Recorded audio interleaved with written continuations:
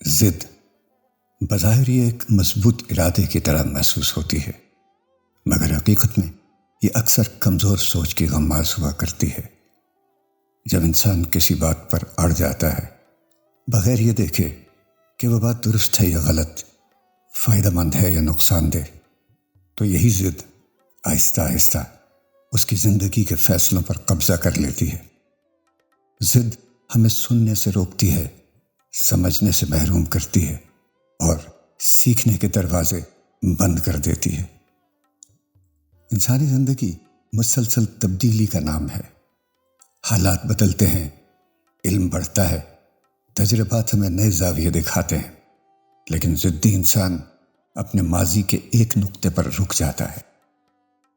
وہ یہ ماننے کو تیار نہیں ہوتا کہ شاید آج کی حقیقت کل سے مختلف ہے۔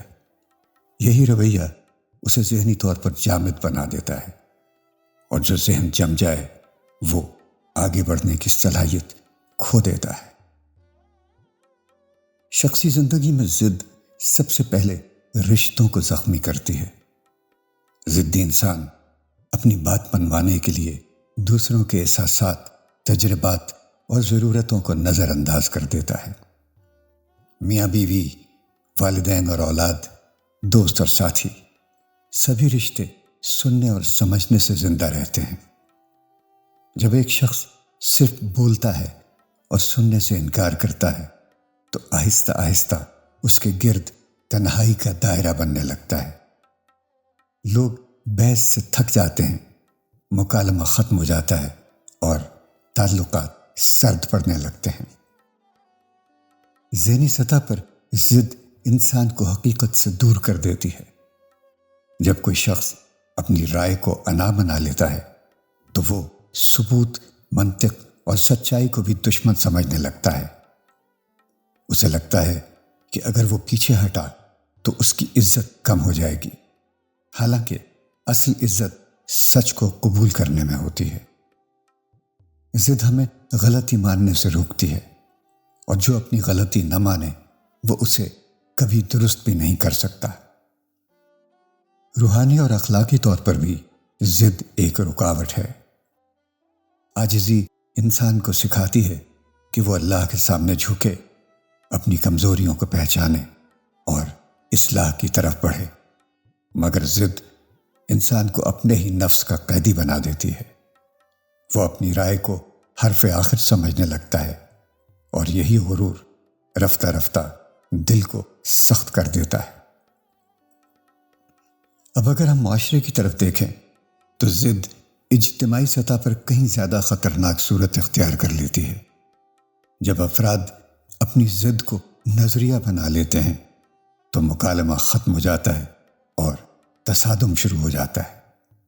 اختلاف رائے دشمنی میں بدل جاتا ہے اور مسئلے حل ہونے کے بجائے گہرے ہوتے چلے جاتے ہیں۔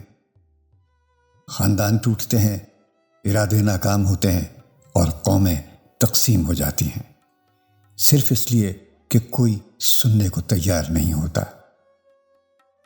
تاریخ ہمیں بتاتی ہے کہ زیادہ تر جنگیں، فسادات اور تباہیاں کسی ایک یا چند ضدی فیصلوں کا نتیجہ ہوتی ہیں۔ جب طاقت اور ضد اکٹھے ہو جائیں تو عقل اور رحم پیچھے ہٹ جاتے ہیں۔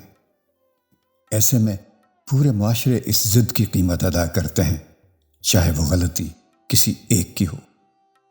ضد کے مقابلے میں سب سے بڑی قوت لچک ہے، یعنی اپنے موقف پر نظر ثانی کرنے کی صلاحیت۔